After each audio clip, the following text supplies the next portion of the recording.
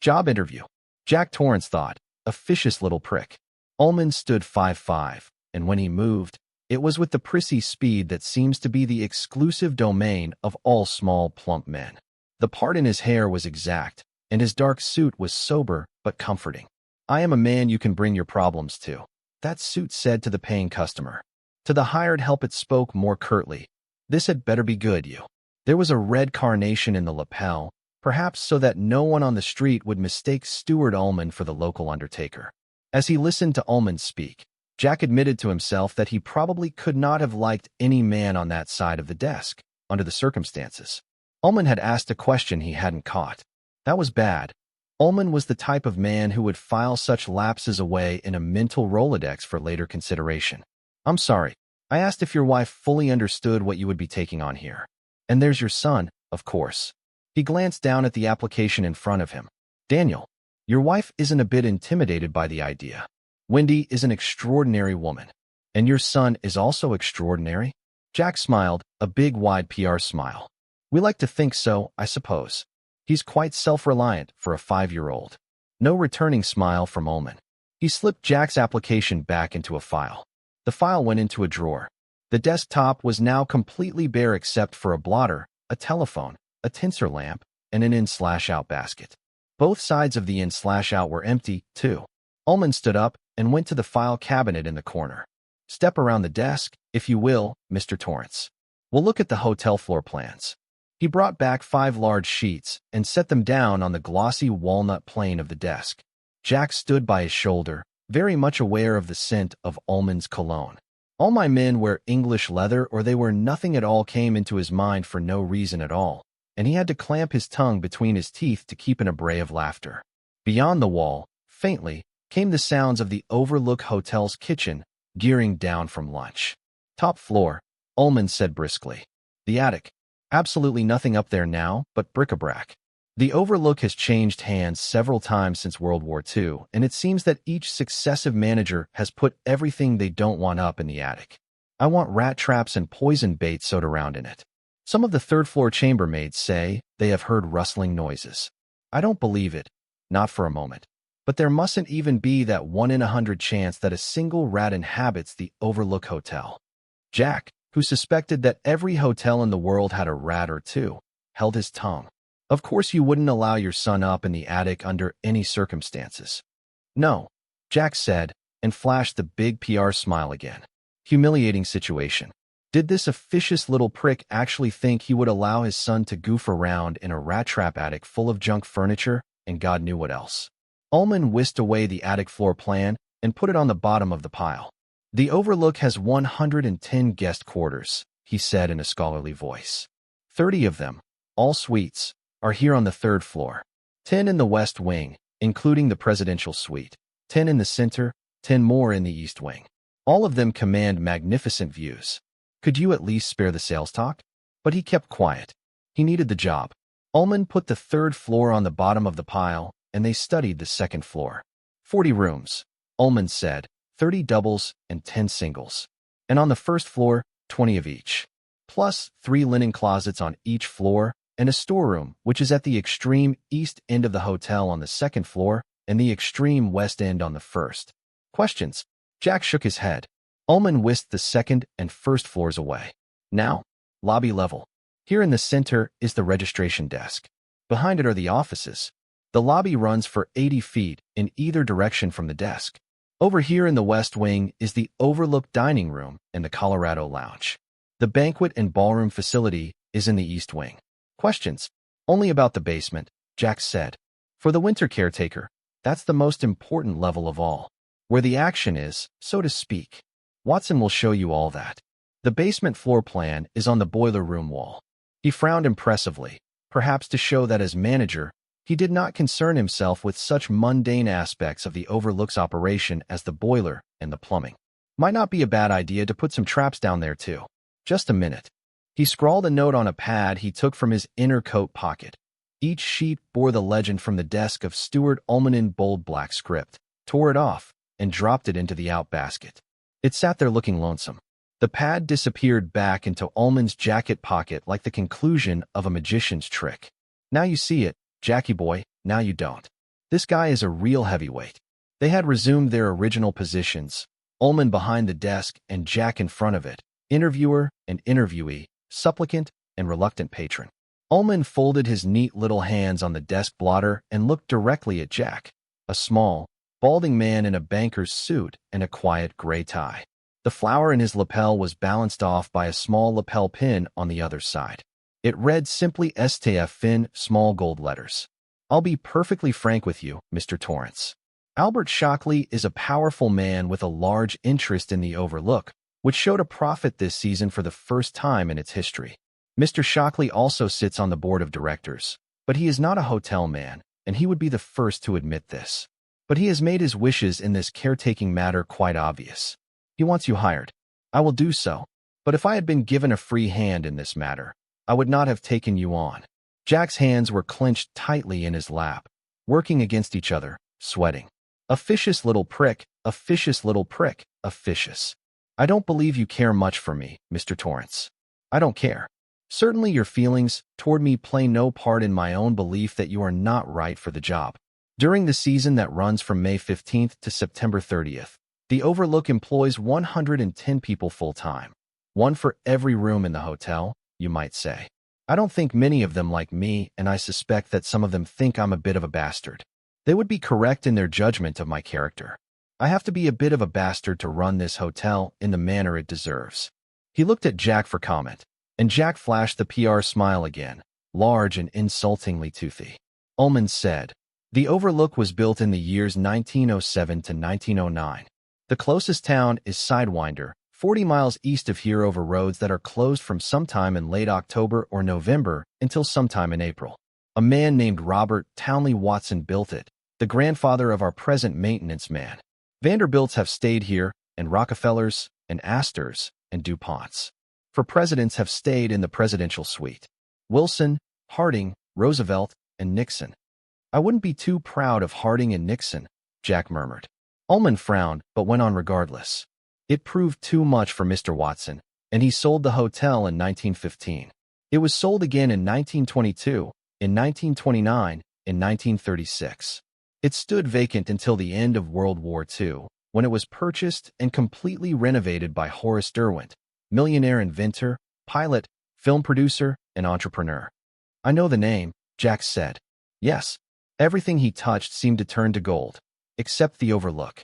He funneled over $1 million into it before the first post-war guest ever stepped through its doors, turning a decrepit relic into a showplace. It was Derwent who added the Roquet Court I saw you admiring when you arrived. Roquet, a British forebear of our croquet, Mr. Torrance. Croquet is bastardized Roquet. According to legend, Derwent learned the game from his social secretary and fell completely in love with it. Ours may be the finest Roquet Court in America. "I wouldn't doubt it," Jack said gravely. "A Roquet Court, a topiary full of hedge animals out front. What next? A life-sized Uncle Wiggily game behind the equipment shed?" He was getting very tired of Mr. Stuart Ullman, but he could see that Ullman wasn't done. Ullman was going to have his say, every last word of it.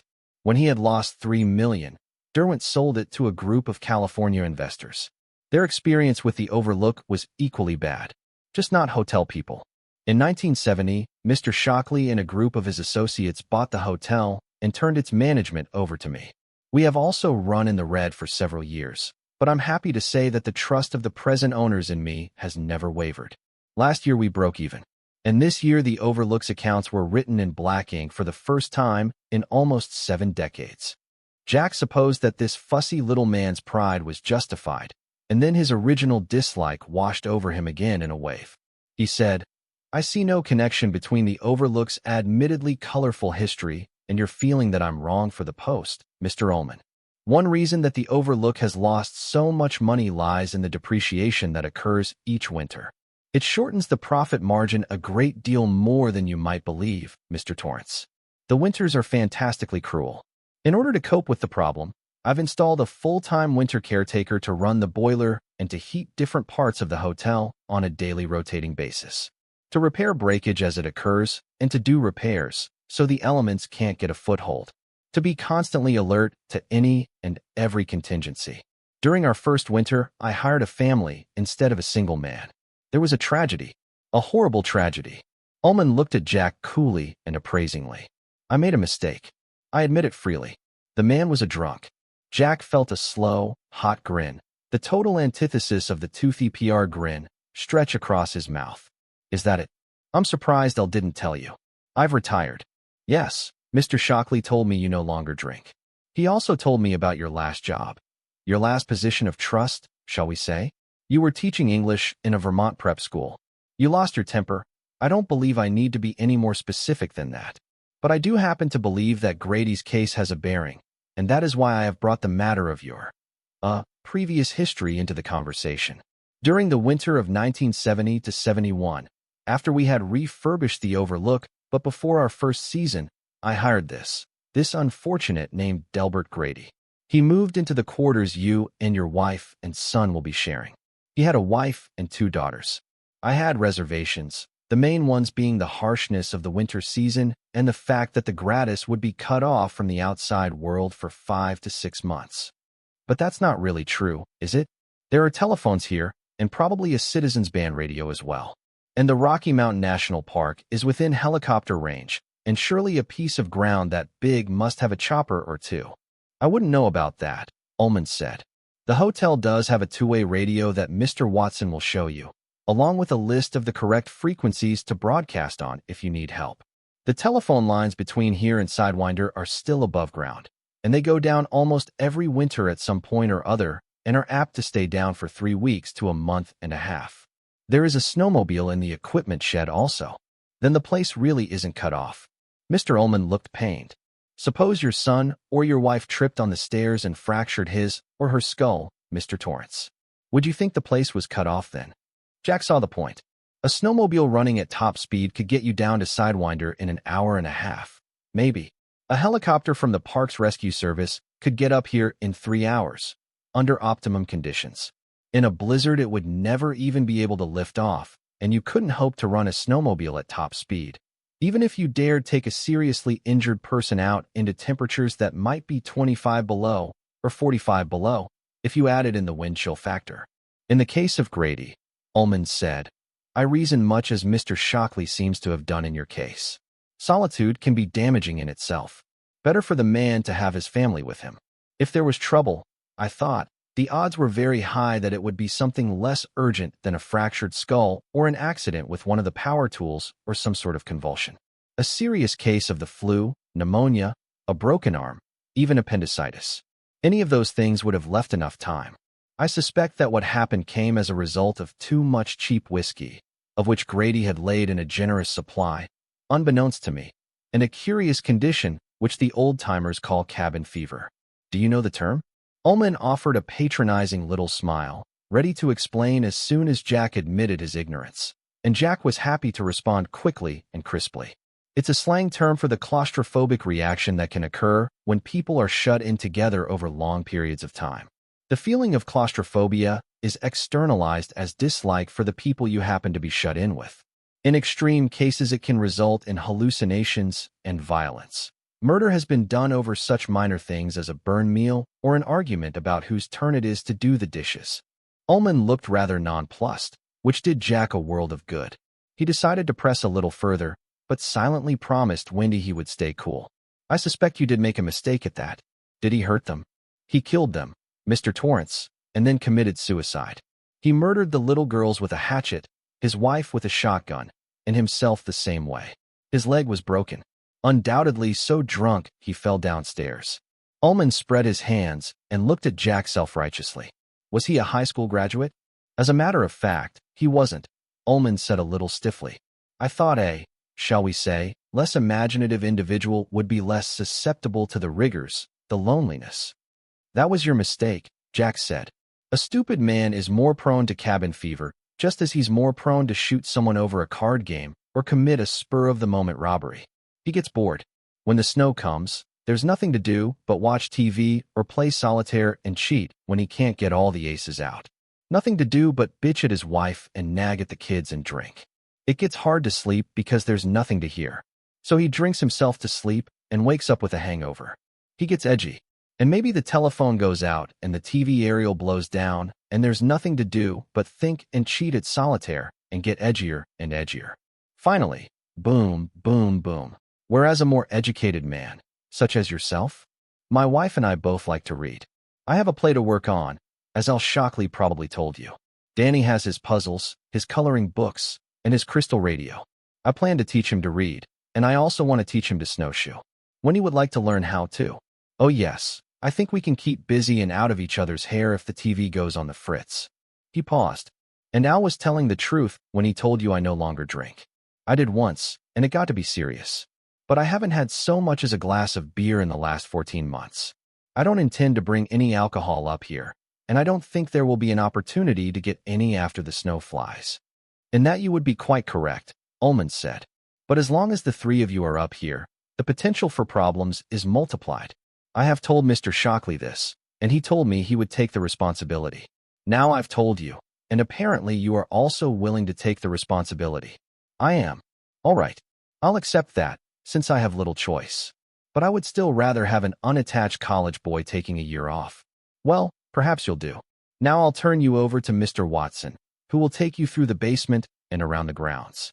Unless you have further questions? No, none at all. Ullman stood. I hope there are no hard feelings, Mr. Torrance. There is nothing personal in the things I have said to you. I only want what's best for the Overlook. It is a great hotel. I want it to stay that way. No hard feelings.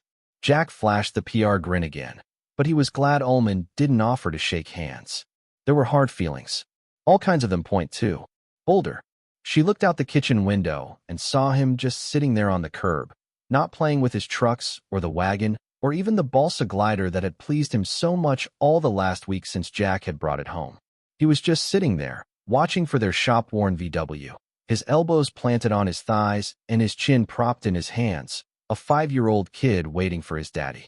When he suddenly felt bad, almost crying bad. She hung the dish towel over the bar by the sink and went downstairs, buttoning the top 2 buttons of her house dress. Jack in his pride. Hey no, Al, I don't need an advance. I'm okay for a while. The hallway walls were gouged and marked with crayons, grease pencil, spray paint. The stairs were steep and splintery. The whole building smelled of sour age. And what sort of place was this for Danny after the small, neat brick house in Stovington? The people living above them on the 3rd floor weren't married, and while that didn't bother her, their constant, rancorous fighting did. It scared her. The guy up there was Tom, and after the bars had closed and they had returned home, the fights would start in earnest. The rest of the week was just a prelim in comparison. The Friday night fights, Jack called them, but it wasn't funny.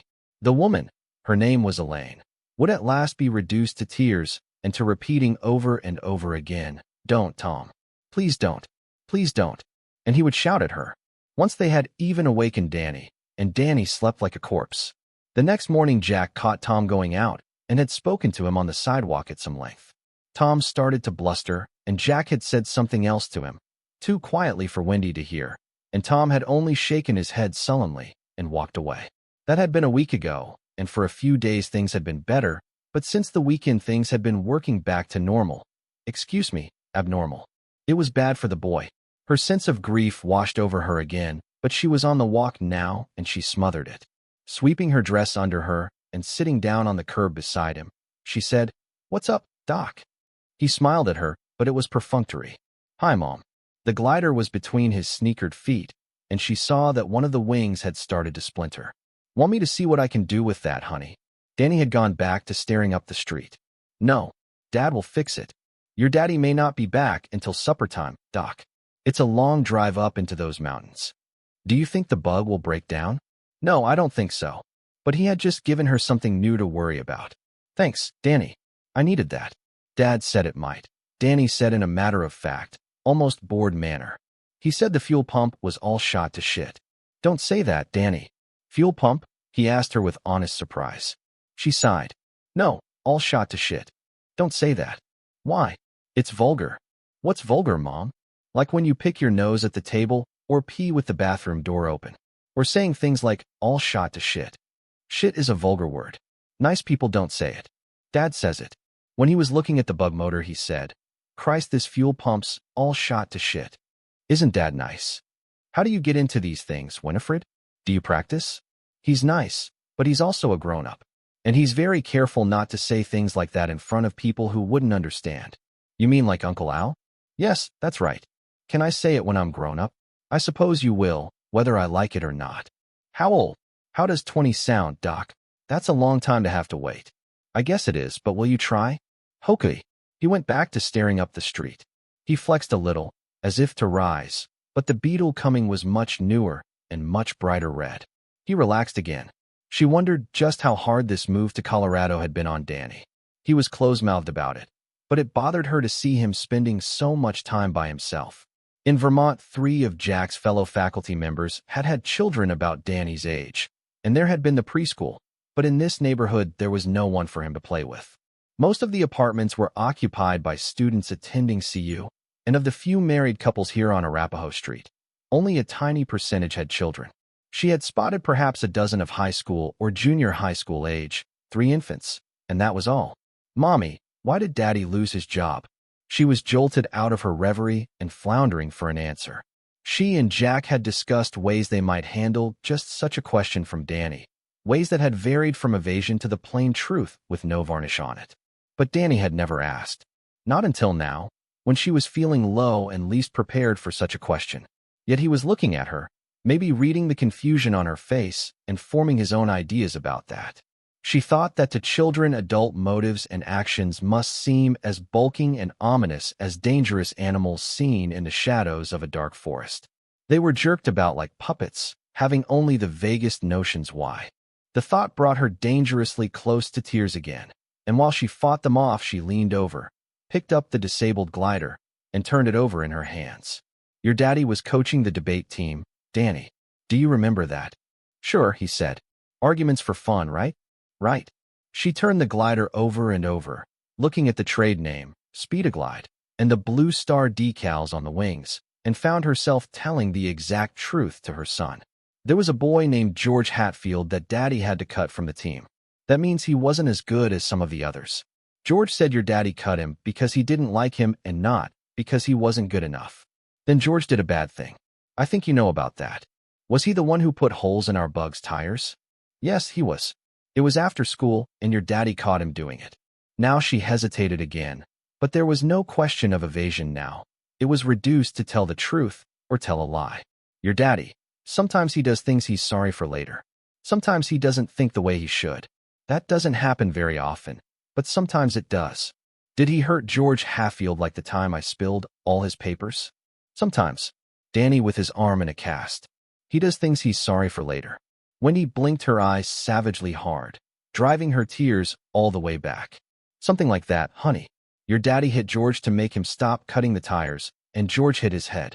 Then the men who are in charge of the school said that George couldn't go there anymore, and your daddy couldn't teach there anymore.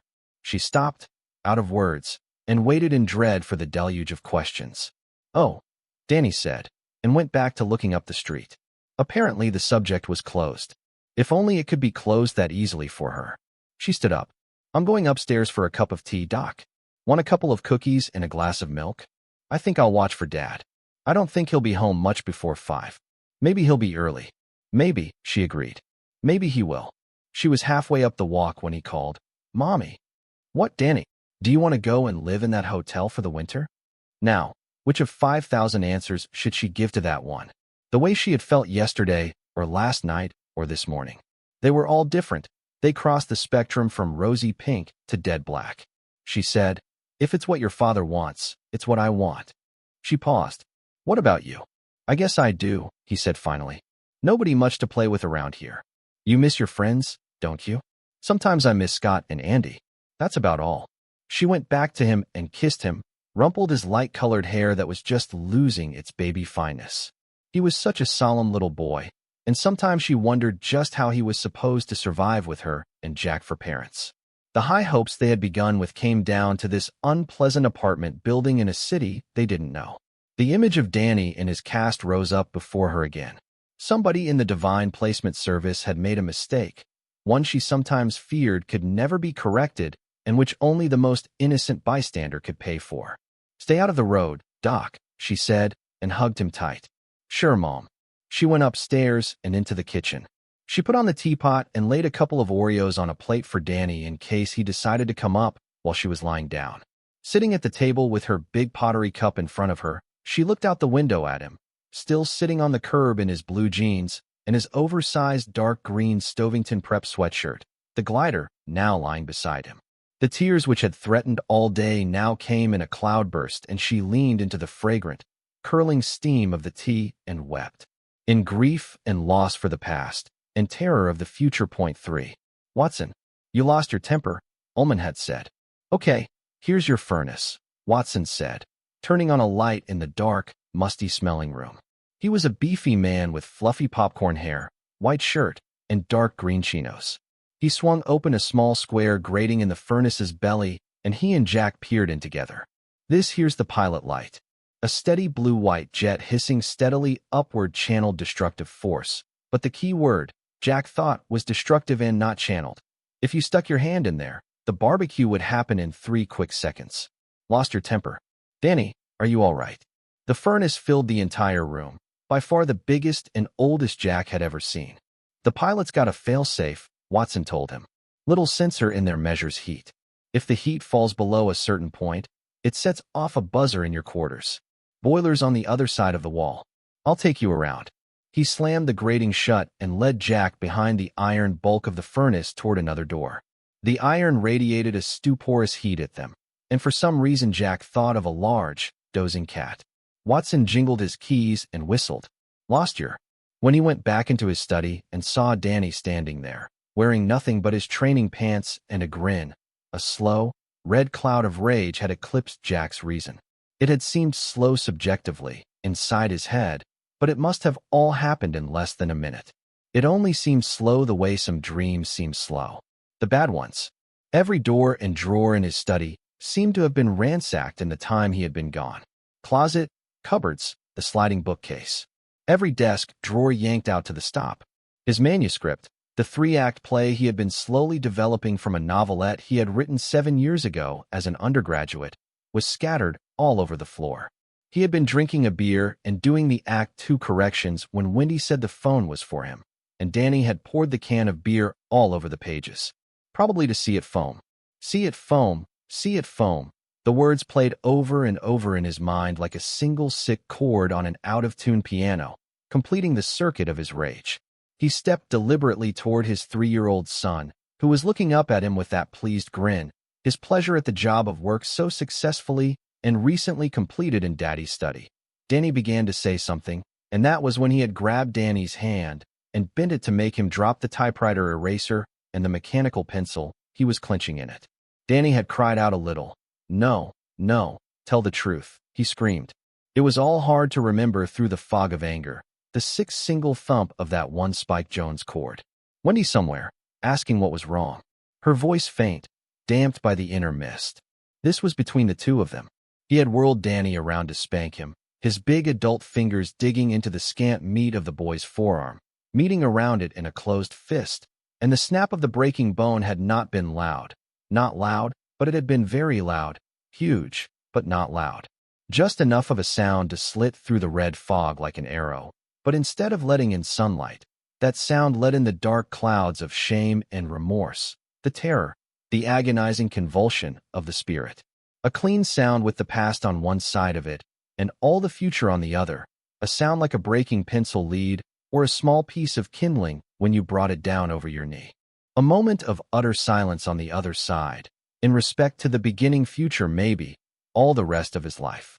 Seeing Danny's face drain of color until it was like cheese, seeing his eyes, always large, grow larger still, and glassy, Jack sure the boy was going to faint dead away into the puddle of beer and papers. His own voice, weak and drunk, slurry, trying to take it all back, to find a way around that not too loud sound of bone cracking and into the past.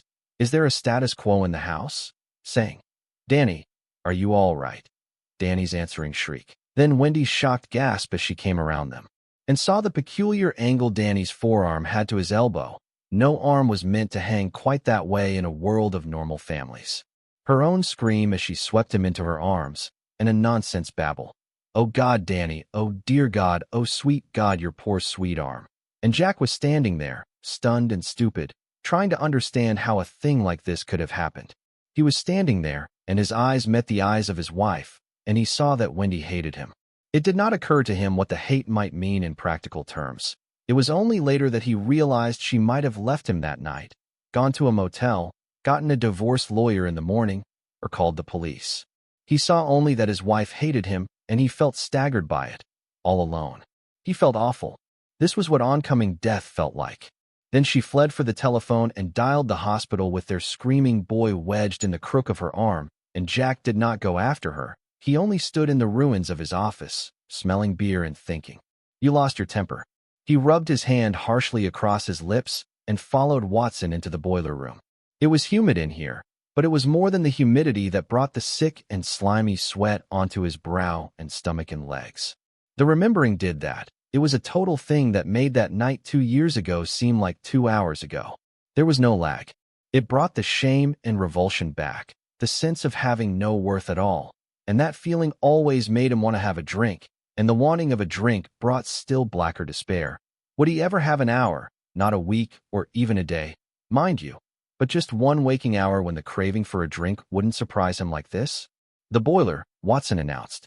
He pulled a red and blue bandana from his back pocket, blew his nose with a decisive honk, and thrust it back out of sight after a short peek into it to see if he had gotten anything interesting. The boiler stood on 4 cement blocks, a long and cylindrical metal tank, copper-jacketed and often patched. It squatted beneath a confusion of pipes and ducts which zigzagged upward into the high, cobweb-festooned basement ceiling. To Jack's right, 2 large heating pipes came through the wall from the furnace in the adjoining room. Pressure gauge is here. Watson tapped it. Pounds per square inch, sigh. I guess you'd know that. I got her up to 100 now, and the rooms get a little chilly at night. Few guests complain. What the fuck? They're crazy to come up here in September anyway. Besides, this is an old baby. Got more patches on her than a pair of welfare overalls. Out came the bandana. A honk. A peek. Back it went. I got me a fucking cold, Watson said conversationally. I get one every September. I be tinkering down here with this old whore. Then I be out cutting the grass or racking that roquet court. Get a chill and catch a cold, my old mum used to say. God bless her, she been dead 6 year. The cancer got her. Once the cancer gets you, you might as well make your will. You'll want to keep your press up to no more than 50, maybe 60. Mr. Ullman, he says to heat the west wing one day, central wing the next, east wing the day after that. Ain't he a crazy man? I hate that little fucker. Yap yap yap. All the livelong day, he's just like one of those little dogs that bites you on the ankle then run around and pee all over the rug. If brains was black powder, he couldn't blow his own nose. It's a pity the things you see when you ain't got a gun. Look here. You open and close these ducts by pulling these rings. I got him all marked for you. The blue tags all go to the rooms in the east wing. Red tags is the middle. Yellow is the west wing. When you go to heat the west wing, you got to remember that's the side of the hotel that really catches the weather. When it whoops, those rooms get as cold as a frigid woman with an ice cube up her works. You can run your press all the way to 80 on west wing days. I would anyway. The thermostat's upstairs, Jack began. Watson shook his head vehemently, making his fluffy hair bounce on his skull. They ain't hooked up. They're just there for show. Some of these people from California, they don't think things is right unless they got it hot enough to grow a palm tree in their fucking bedroom. All the heat comes from down here. Got to watch the press, though. See her creep? He tapped the main dial, which had crept from 100 pounds per square inch to 102 as Watson soliloquized. Jack felt a sudden shiver cross his back in a hurry and thought, the goose just walked over my grave. Then Watson gave the pressure wheel a spin and dumped the boiler off. There was a great hissing, and the needle dropped back to 91. Watson twisted the valve shut, and the hissing died reluctantly. She creeps, Watson said. You tell that fat little Peckerwood Ullman. He drags out the account books and spends 3 hours showing how we can't afford a new one until 1982. I tell you, this whole place is going to go sky high someday, and I just hope that fat fuck's here to ride the rocket. God, I wish I could be as charitable as my mother was. She could see the good in everyone. Me? I'm just as mean as a snake with the shingles. What the fuck? A man can't help his nature. Now you got to remember to come down here twice a day and once at night before you rack in. You got to check the press. If you forget, it'll just creep, and like as not you and your family'll wake up on the fucking moon. You just dump her off a little, and you'll have no trouble. What's top end? Oh, she's rated for 250, but she'd blow long before that now.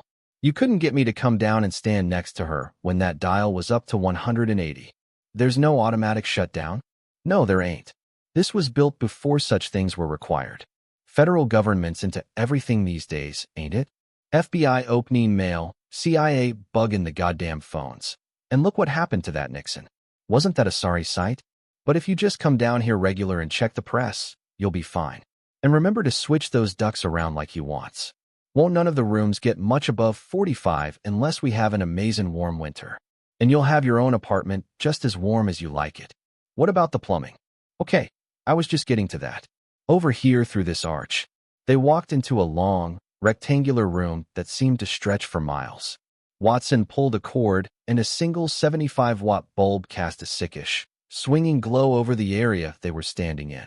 Straight ahead was the bottom of the elevator shaft, heavy greased cables descending to pulleys 20 feet in diameter and a huge, grease-clogged motor. Newspapers were everywhere, bundled and banded and boxed. Other cartons were marked records or invoices or receipts. Save. The smell was yellow and moldy. Some of the cartons were falling apart, spilling yellow flimsy sheets that might have been 20 years old out onto the floor. Jack stared around, fascinated. The Overlook's entire history might be here, buried in these rotting cartons. That elevator's a bitch to keep running, Watson said, jerking his thumb at it. I know Ullman's buying the state elevator inspector a few fancy dinners to keep the repairman away from that fucker. Now, here's your central plumbing core. In front of them 5 large pipes, each of them wrapped in insulation and cinched with steel bands, rose into the shadows and out of sight. Watson pointed to a cobwebby shelf beside the utility shaft. There were a number of greasy rags on it, and a loose-leaf binder. That there is all your plumbing schematics, he said. I don't think you'll have any trouble with leaks. Never has been. But sometimes the pipes freeze up.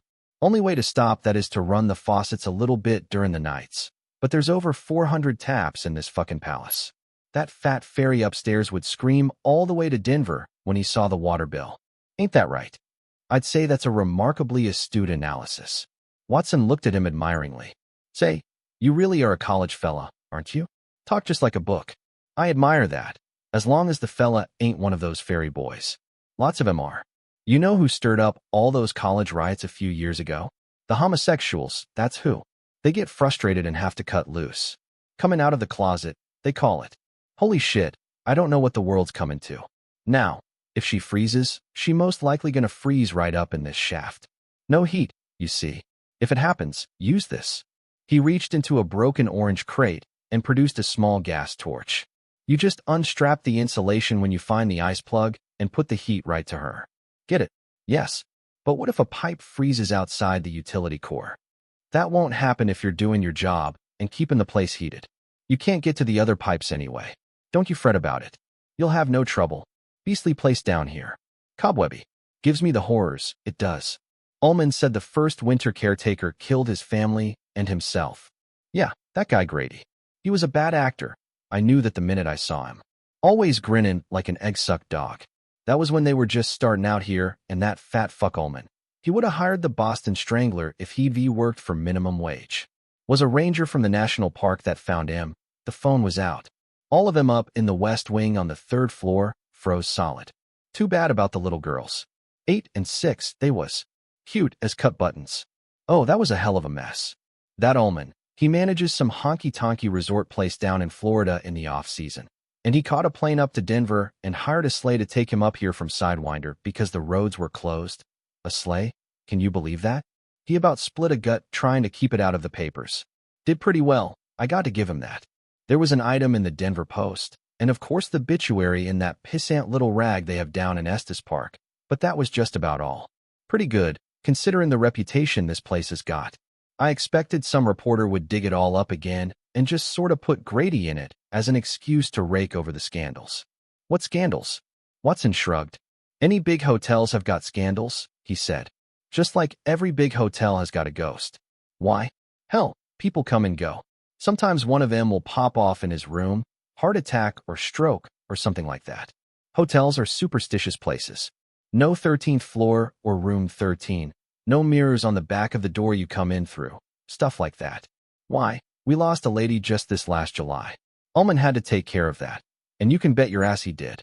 That's what they pay him $22,000 a season for. And as much as I dislike the little prick, he earns it. It's like some people just come here to throw up and they hire a guy like Ullman to clean up the messes. Here's this woman.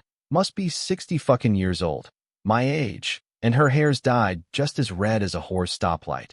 Tits sagged in just about down to her belly button on account of she ain't wearing no brassiere. Big varicose veins all up and down her legs, so they look like a couple of goddamn road maps. The jewels dripping off her neck and arms and hanging out her ears. And she's got this kid with her. He can't be no more than 17, with hair down to his asshole and his crotch bulging like he stuffed it up with the funny pages. So they're here a week, 10 days maybe, and every night it's the same drill. Down in the Colorado lounge from 5 to 7. Her sucking up Singapore slings like they're gonna outlaw him tomorrow, and him, with just the one bottle of Olympia, sucking it, making it last.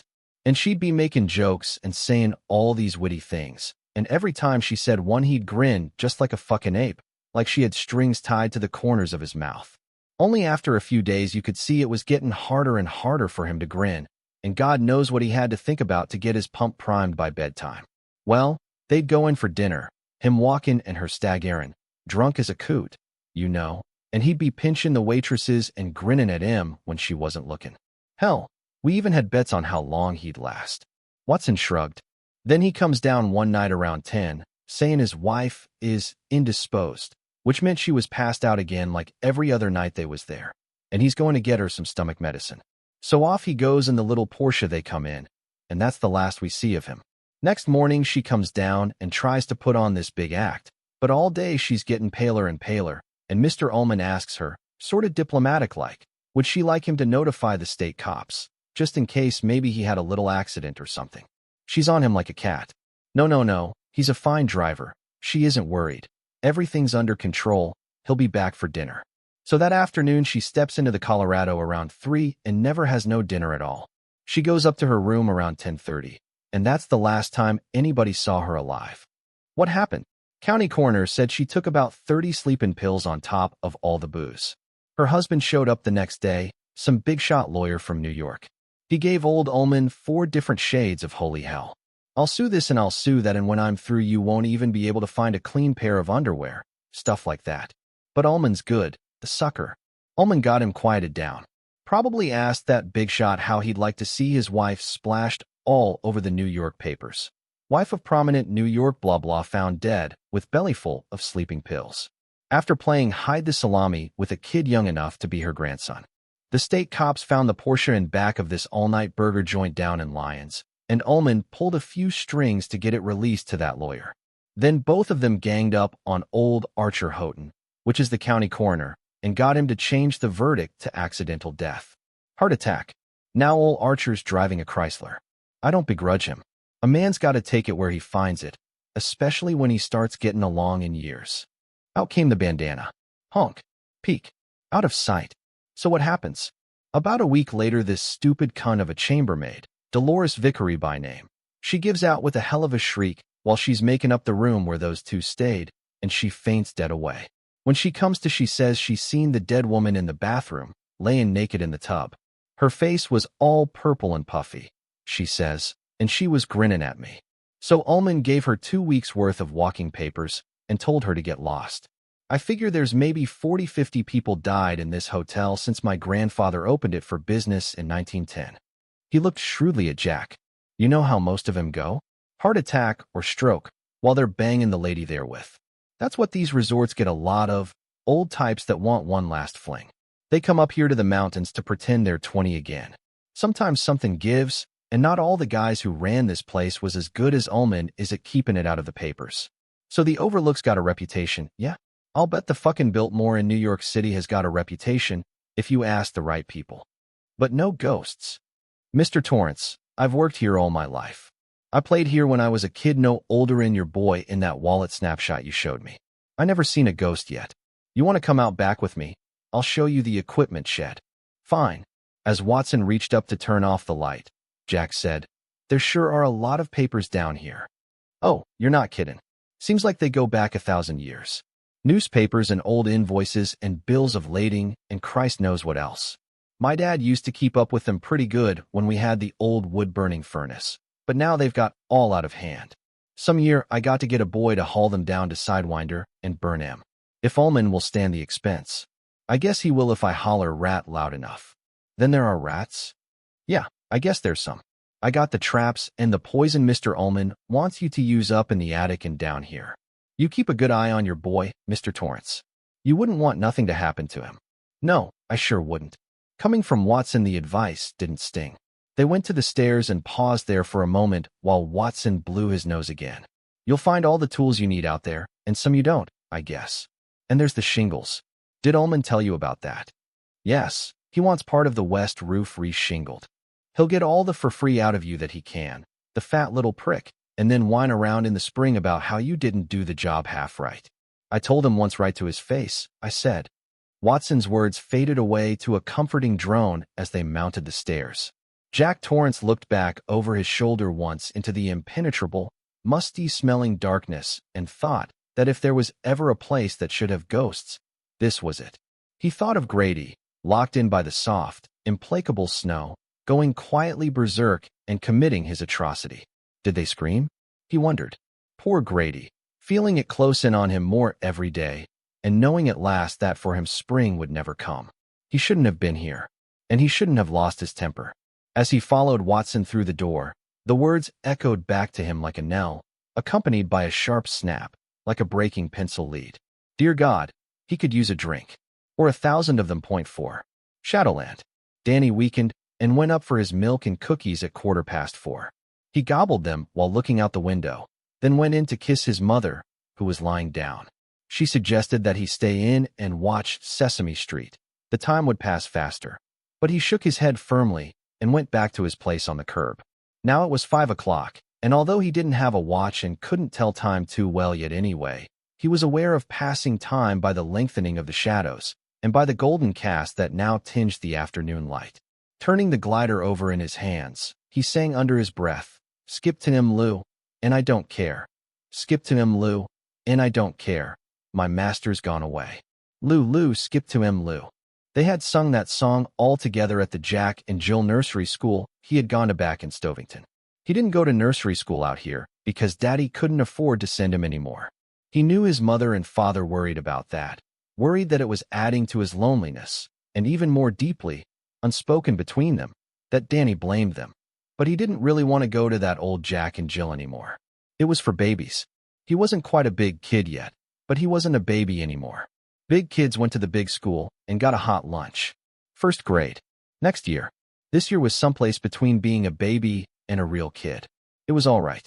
He did miss Scott and Andy, mostly Scott, but it was still all right. It seemed best to wait alone for whatever might happen next. He understood a great many things about his parents, and he knew that many times they didn't like his understandings and many other times refused to believe them. But someday they would have to believe. He was content to wait. It was too bad they couldn't believe more, though, especially at times like now. Mommy was lying on her bed in the apartment, just about crying. She was so worried about Daddy. Some of the things she was worried about were too grown up for Danny to understand. Vague things that had to do with security, with Daddy's self-image, feelings of guilt and anger, and the fear of what was to become of them. But the two main things on her mind right now were that Daddy had had a breakdown in the mountains. Then why doesn't he call? Or that Daddy had gone off to do the bad thing. Danny knew perfectly well what the bad thing was since Scotty Aronson, who was 6 months older, had explained it to him. Scotty knew because his daddy did the bad thing, too. Once, Scotty told him, his daddy had punched his mom right in the eye and knocked her down. Finally, Scotty's dad and mom had gotten a day for the bad thing, and when Danny had known him, Scotty lived with his mother and only saw his daddy on weekends. The greatest terror of Danny's life was divorce, a word that always appeared in his mind as a sign, painted in red letters which were covered with hissing, poisonous snakes. In divorce, your parents no longer lived together. They had a tug of war over you in a court, tennis court, badminton court. Danny wasn't sure which, or if it was some other, but Mommy and Daddy had played both tennis and badminton at Stovington, so he assumed it could be either. And you had to go with one of them, and you practically never saw the other one. And the one you were with could marry somebody you didn't even know if the urge came on them. The most terrifying thing about Dave is that he had sensed the word, or concept, or whatever it was that came to him in his understandings, floating around in his own parents' heads, sometimes diffuse and relatively distant, sometimes as thick and obscuring and frightening as thunderheads. It had been that way after Daddy punished him for messing the papers up in his study and the doctor had to put his arm in a cast. That memory was already faded, but the memory of the Dela thoughts was clear and terrifying. It had mostly been around his mommy that time, and he had been in constant terror that she would pluck the word from her brain and drag it out of her mouth, making it real. Divorce. It was a constant undercurrent in their thoughts, one of the few he could always pick up, like the beat of simple music. But like a beat, the central thought formed only the spine of more complex thoughts, thoughts he could not as yet even begin to interpret. They came to him only as colors and moods. Mommy's divorce thoughts centered around what Daddy had done to his arm, and what had happened at Stovington when Daddy lost his job. That boy, that George Hatfield who got pissed off at Daddy and put the holes in their bugs' feet. Daddy's divorce thoughts were more complex, colored dark violet, and shot through with frightening veins of pure black. He seemed to think they would be better off if he left, that things would stop hurting. His daddy hurt almost all the time, mostly about the bad thing. Danny could almost always pick that up too. Daddy's constant craving to go into a dark place and watch a color TV and eat peanuts out of a bowl and do the bad thing until his brain would be quiet and leave him alone. But this afternoon his mother had no need to worry, and he wished he could go to her and tell her that. The bug had not broken down. Daddy was not off somewhere doing the bad thing. He was almost home now, putting along the highway between Lyons and Boulder. For the moment his daddy wasn't even thinking about the bad thing. He was thinking about. Danny looked furtively behind him at the kitchen window. Sometimes thinking very hard made something happen to him. It made things, real things, go away, and then he saw things that weren't there. Once, not long after they put the cast on his arm, this had happened at the supper table. They weren't talking much to each other then, but they were thinking. Oh yes, the thoughts of Divorce hung over the kitchen table like a cloud full of black rain, pregnant, ready to burst. It was so bad he couldn't eat. The thought of eating with all that black around made him want to throw up. And because it had seemed desperately important, he had thrown himself fully into concentration and something had happened. When he came back to real things, he was lying on the floor with beans and mashed potatoes in his lap, and his mommy was holding him and crying, and Daddy had been on the phone. He had been frightened, had tried to explain to them that there was nothing wrong, that this sometimes happened to him when he concentrated on understanding more than what normally came to him. He tried to explain about Tony, who they called his invisible playmate. His father had said, "He's having a hallucination. He seems okay, but I want the doctor to look at him anyway." After the doctor left, Mommy had made him promise to never do that again, to never scare them that way, and Danny had agreed. He was frightened himself, because when he had concentrated his mind, it had flown out to his daddy, and for just a moment, before Tony had appeared, far away, as he always did, calling distantly, and the strange things had blotted out their kitchen and the carved roast on the blue plate. For just a moment his own consciousness had plunged through his daddy's darkness to an incomprehensible word much more frightening than divorce, and that word was suicide. Danny had never come across it again in his daddy's mind, and he had certainly not gone looking for it. He didn't care if he never found out exactly what that word meant. But he did like to concentrate, because sometimes Tony would come. Not every time. Sometimes things just got woozy and swimmy for a minute, and then cleared. Most times, in fact. But at other times Tony would appear at the very limit of his vision, calling distantly and beckoning. It had happened twice since they moved to Boulder, and he remembered how surprised and pleased he had been to find Tony had followed him all the way from Vermont. So all his friends hadn't been left behind after all. The first time he had been out in the backyard, and nothing much had happened. Just Tony beckoning, and then darkness, and a few minutes later he had come back to real things with a few vague fragments of memory, like a jumbled dream. The second time, 2 weeks ago, had been more interesting. Tony, beckoning, calling from 4 yards over, "Danny, come see." It seemed that he was getting up, then falling into a deep hole, like Alice into Wonderland. Then he had been in the basement of the apartment house, and Tony had been beside him, pointing into the shadows at the trunk his daddy carried all his important papers in, especially the play. "See," Tony had said in his distant, Musical voice. It's under the stairs. Right under the stairs. The movers put it right. Under the stairs. Danny had stepped forward to look more closely at this marvel, and then he was falling again, this time out of the backyard swing, where he had been sitting all along. He had gotten the wind knocked out of himself, too. 3 or 4 days later, his daddy had been stomping around, telling Mommy furiously that he had been all over the goddamn basement, and the trunk wasn't there, and he was going to sue the goddamn movers who had left it somewhere between Vermont and Colorado. How was he supposed to be able to finish the play if things like this kept cropping up? Danny said, "No, Daddy. It's under the stairs." The movers put it right under the stairs. Daddy had given him a strange look and had gone down to see. The trunk had been there, just where Tony had shown him. Daddy had taken him aside, had sat him on his lap, and had asked Danny who led him down the cellar. Had it been Tom from upstairs? The cellar was dangerous, Daddy said. That was why the landlord kept it locked. If someone was leaving it unlocked, Daddy wanted to know. He was glad to have his papers and his play, but it wouldn't be worth it to him. He said, if Danny fell down the stairs and broke his leg. Danny told his father earnestly that he hadn't been down in the cellar. That door was always locked. And Mommy agreed.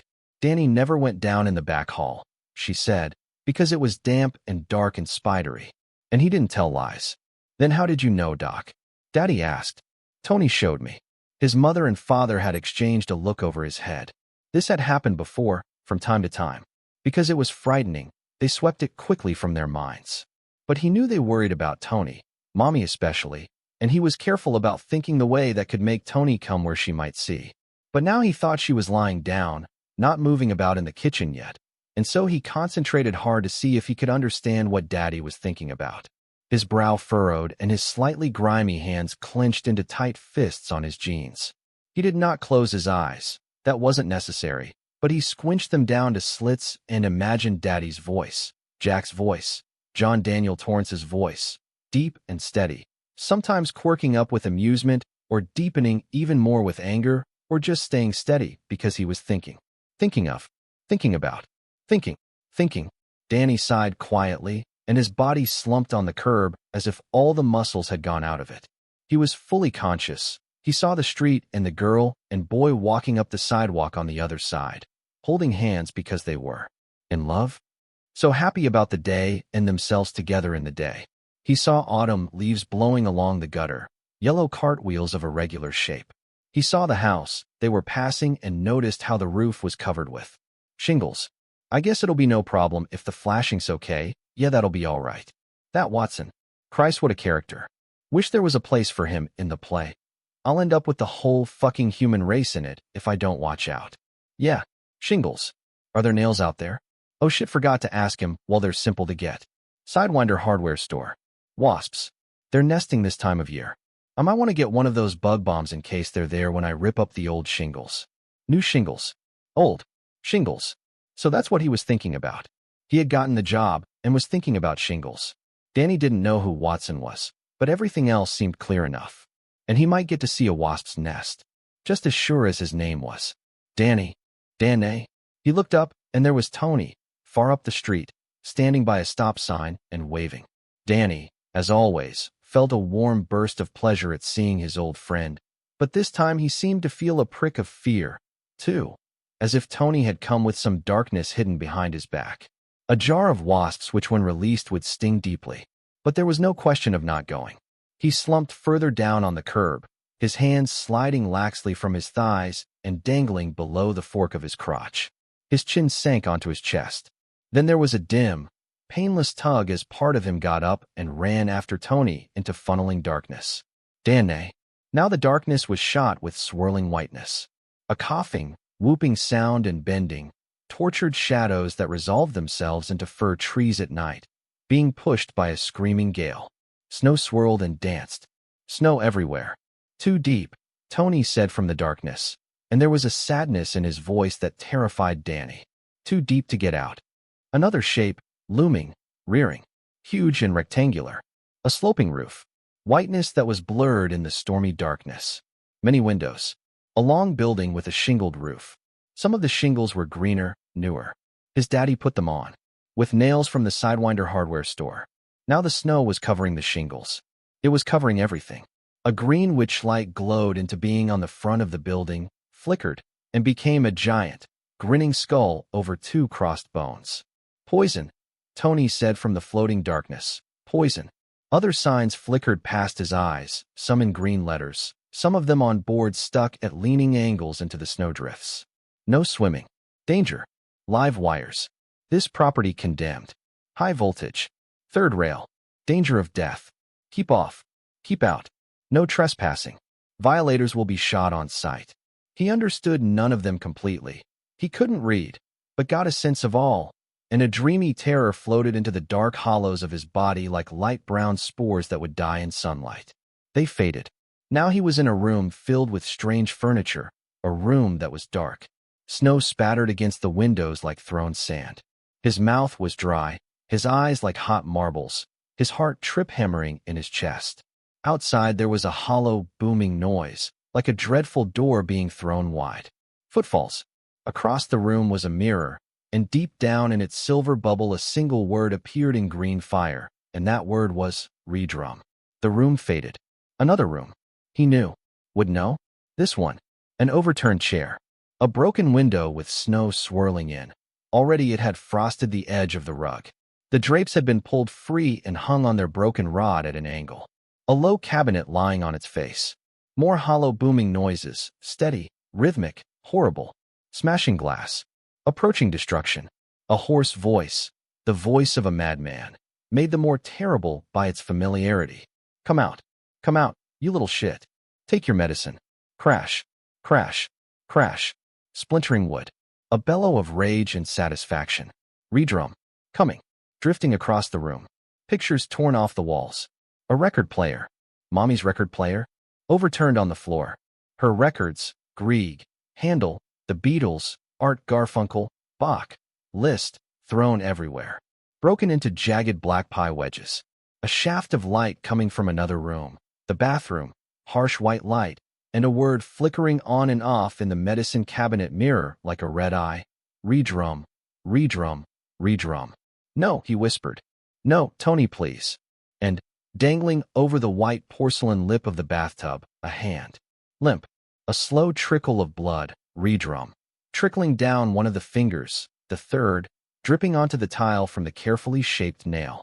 No, oh no, oh no. Oh please, Tony, you're scaring me. Redrum, redrum, redrum. Stop it, Tony, stop it. Fading. In the darkness, the booming noises grew louder, louder still, echoing, everywhere, all around. And now he was crouched in a dark hallway, crouched on a blue rug with a riot of twisting black shapes woven into its pile, listening to the booming noises approach.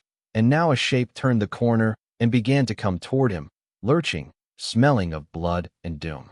It had a mallet in one hand, and it was swinging it, redrum, from side to side in vicious arcs, slamming it into the walls, cutting the silk wallpaper and knocking out ghostly bursts of plaster dust. Come on, and take your medicine. Take it like a man. The shape advancing on him, reeking of that sweet sour odor, gigantic, the mallet head cutting across the air with a wicked hissing whisper, then the great hollow boom as it crashed into the wall, sending the dust out in a puff you could smell, dry and itchy. Tiny red eyes glowed in the dark. The monster was upon him. It had discovered him, cowering here with a blank wall at his back. And the trapdoor in the ceiling was locked. Darkness. Drifting. Tony, please take me back. Please, please. And he was back, sitting on the curb of Arapahoe Street, his shirt sticking damply to his back, his body bathed in sweat.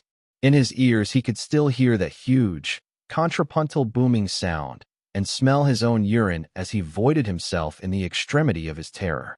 He could see that limp hand dangling over the edge of the tub with blood running down one finger, the third, and that inexplicable word so much more horrible than any of the others, redrum. And now sunshine. Real things. Except for Tony, now 6 blocks up. Only a speck, standing on the corner, his voice faint and high and sweet.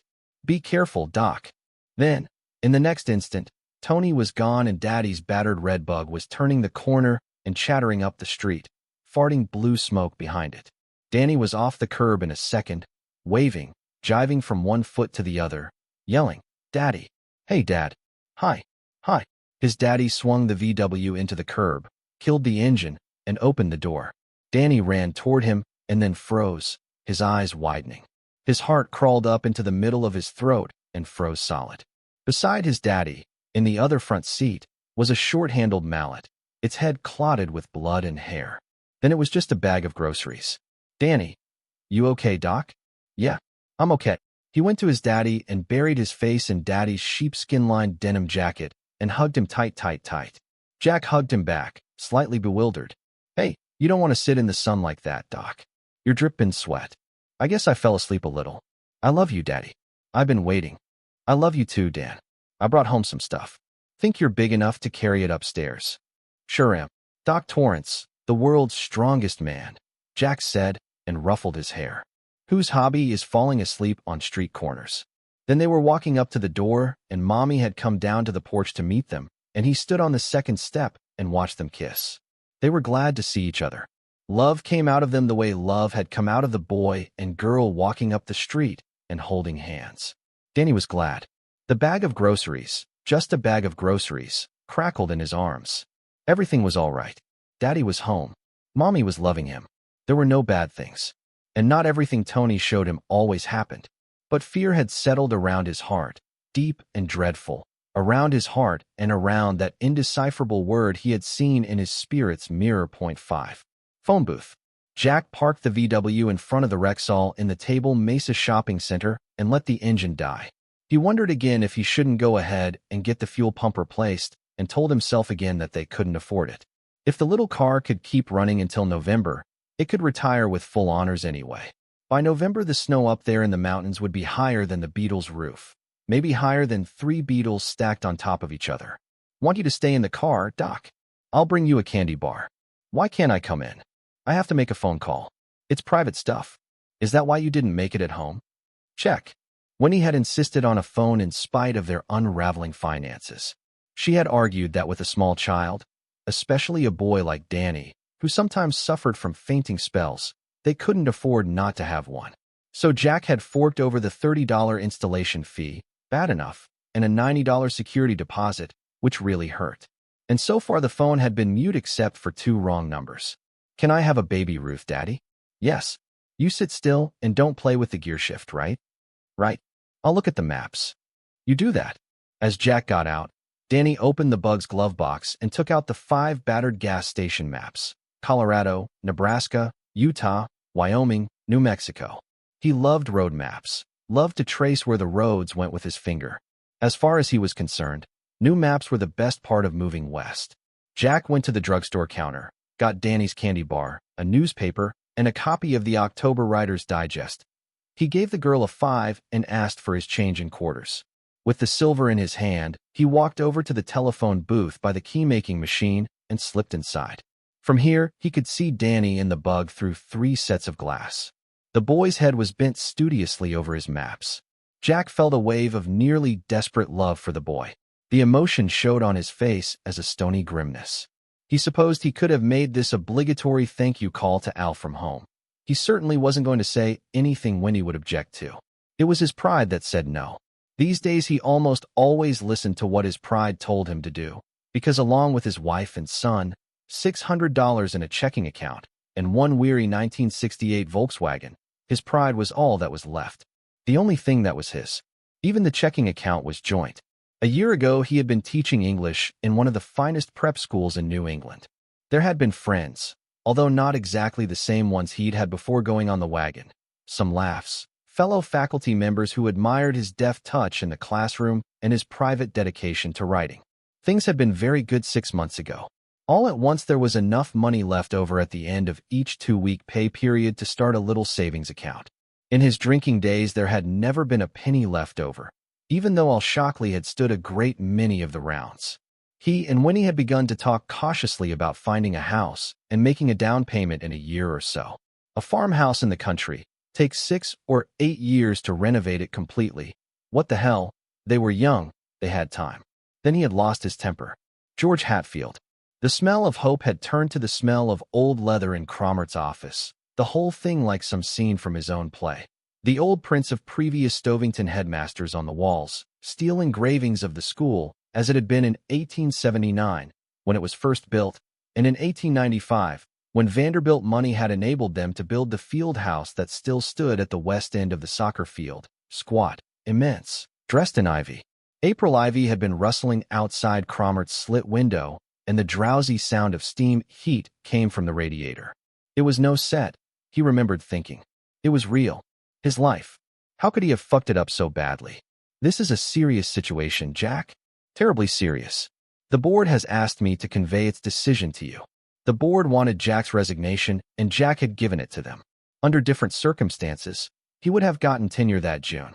What had followed that interview in Cromart's office had been the darkest, most dreadful night of his life. The wanting, the needing to get drunk, had never been so bad. His hands shook. He knocked things over. And he kept wanting to take it out on Wendy and Danny. His temper was like a vicious animal on a frayed leash. He had left the house in terror that he might strike them. Had ended up outside a bar, and the only thing that had kept him from going in was the knowledge that if he did, Wendy would leave him at last and take Danny with her.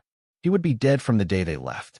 Instead of going into the bar, where dark shadows sat sampling the tasty waters of oblivion, he had gone to Al Shockley's house. The board's vote had been 6-1. Al had been the one. Now he dialed the operator, and she told him that for $1.85 he could be put in touch with Al 2,000 miles away for 3 minutes. Time is relative, baby, he thought, and stuck in 8 quarters. Faintly he could hear the electronic boops and beeps of his connection sniffing its way eastward. Al's father had been Arthur Longley Shockley, the steel baron. He had left his only son, Albert, a fortune and a huge range of investments and directorships, and shares on various boards. One of these had been on the board of directors for Stovington Preparatory Academy, the old man's favorite charity. Both Arthur and Albert Shockley were alumni, and Al lived in Barr, close enough to take a personal interest in the school's affairs. For several years, Al had been Stovington's tennis coach. Jack and Al had become friends in a completely natural and uncoincidental way. At the many school and faculty functions they attended together, they were always the 2 drunkest people there. Shockley was separated from his wife, and Jack's own marriage was skidding slowly downhill, although he still loved Wendy and had promised sincerely and frequently to reform, for her sake and for baby Danny's. The 2 of them went on from many faculty parties, hitting the bars until they closed, then stopping at some mom-and-pop store for a case of beer they would drink parked at the end of some back road. There were mornings when Jack would stumble into their leased house with dawn seeping into the sky and find Wendy and the baby asleep on the couch, Danny always on the inside, a tiny fist curled under the shelf of Wendy's jaw. He would look at them and the self-loathing would back up his throat in a bitter wave, even stronger than the taste of beer and cigarettes and martinis. Martians, as I'll call them. Those were the times that his mind would turn thoughtfully and sanely to the gun or the rope or the razor blade. If the bender had occurred on a weeknight, he would sleep for 3 hours, get up, dress, chew 4 Excedrins, and go off to teach his 9 o'clock American poets still drunk. Good morning, kids. Today the red-eyed wonder is going to tell you about how Longfellow lost his wife in the big fire. He hadn't believed he was an alcoholic, Jack thought as Al's telephone began ringing in his ear. The classes he had missed or taught unshaven, still reeking of last night's Martians. Not me. I can stop any time. The nights he and Wendy had passed in separate beds. Listen, I'm fine. Mashed fenders. Sure, I'm okay to drive. The tears she always shed in the bathroom. Cautious looks from his colleagues at any party where alcohol was served, even wine. The slowly dawning realization that he was being talked about. The knowledge that he was producing nothing at his Underwood but balls of mostly blank paper that ended up in the wastebasket. He had been something of a catch for Stovington. A slowly blooming American writer perhaps, and certainly a man well qualified to teach that great mystery, creative writing. He had published 24 short stories. He was working on a play, and thought there might be a novel incubating in some mental backroom. But now he was not producing, and his teaching had become erratic. It had finally ended one night less than a month after Jack had broken his son's arm. That, it seemed to him, had ended his marriage. All that remained was for Wendy to gather her will. If her mother hadn't been such a grade-A bitch, he knew, Wendy would have taken a bus back to New Hampshire as soon as Danny had been okay to travel. It was over. It had been a little past midnight. Jack and Al were coming into Barr on US 31, Al behind the wheel of his Jag, shifting fancily on the curves, sometimes crossing the double yellow line. They were both very drunk. The Martians had landed that night in force.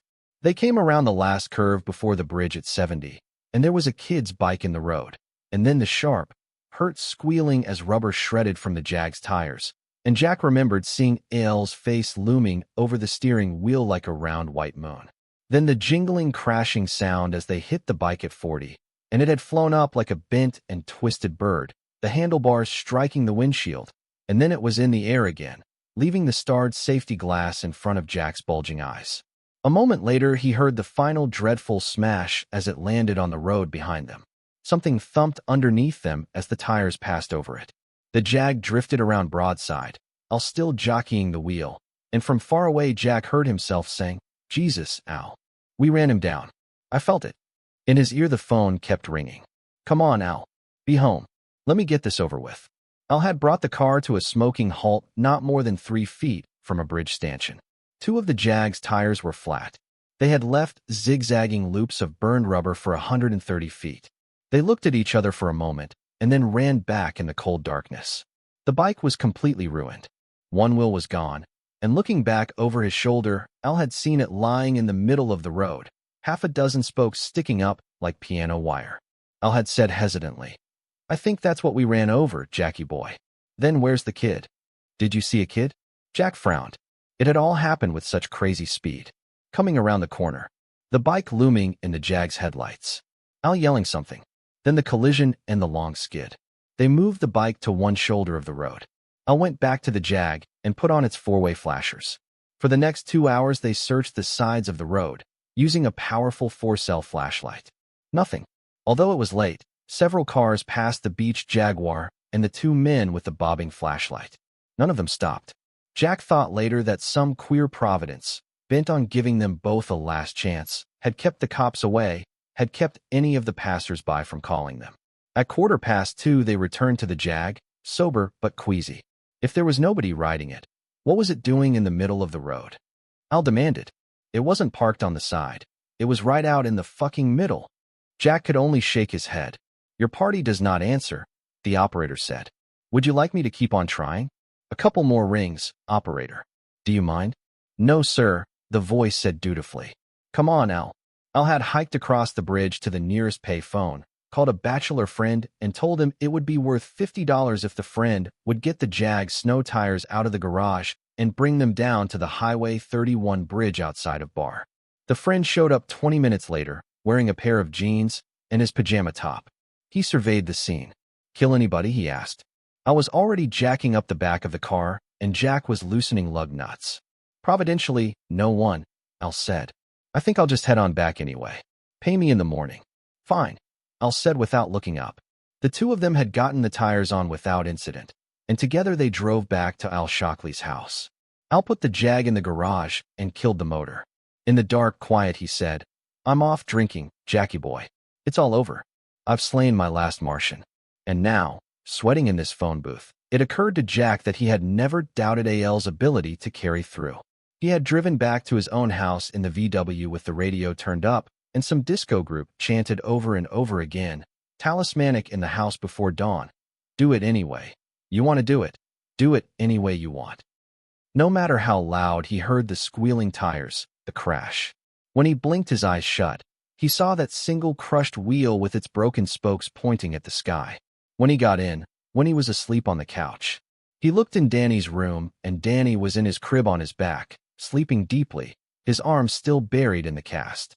In the softly filtered glow from the streetlight outside, he could see the dark lines on its plastered whiteness where all the doctors and nurses in pediatrics had signed it. It was an accident. He fell down the stairs. "Oh, you dirty liar. It was an accident. I lost my temper. You fucking drunken waste." God wiped snot out of his nose, and that was you. "Listen. Hey, come on. Please, just an accident." But the last plea was driven away by the image of that bobbing flashlight as they hunted through the dry late November weeds, looking for the sprawled body that by all good rights should have been there, waiting for the police. It didn't matter that Al had been driving. There had been other nights when he had been driving. He pulled the covers up over Danny, went into their bedroom, and took the Spanish Llama .38 down from the top shelf of the closet.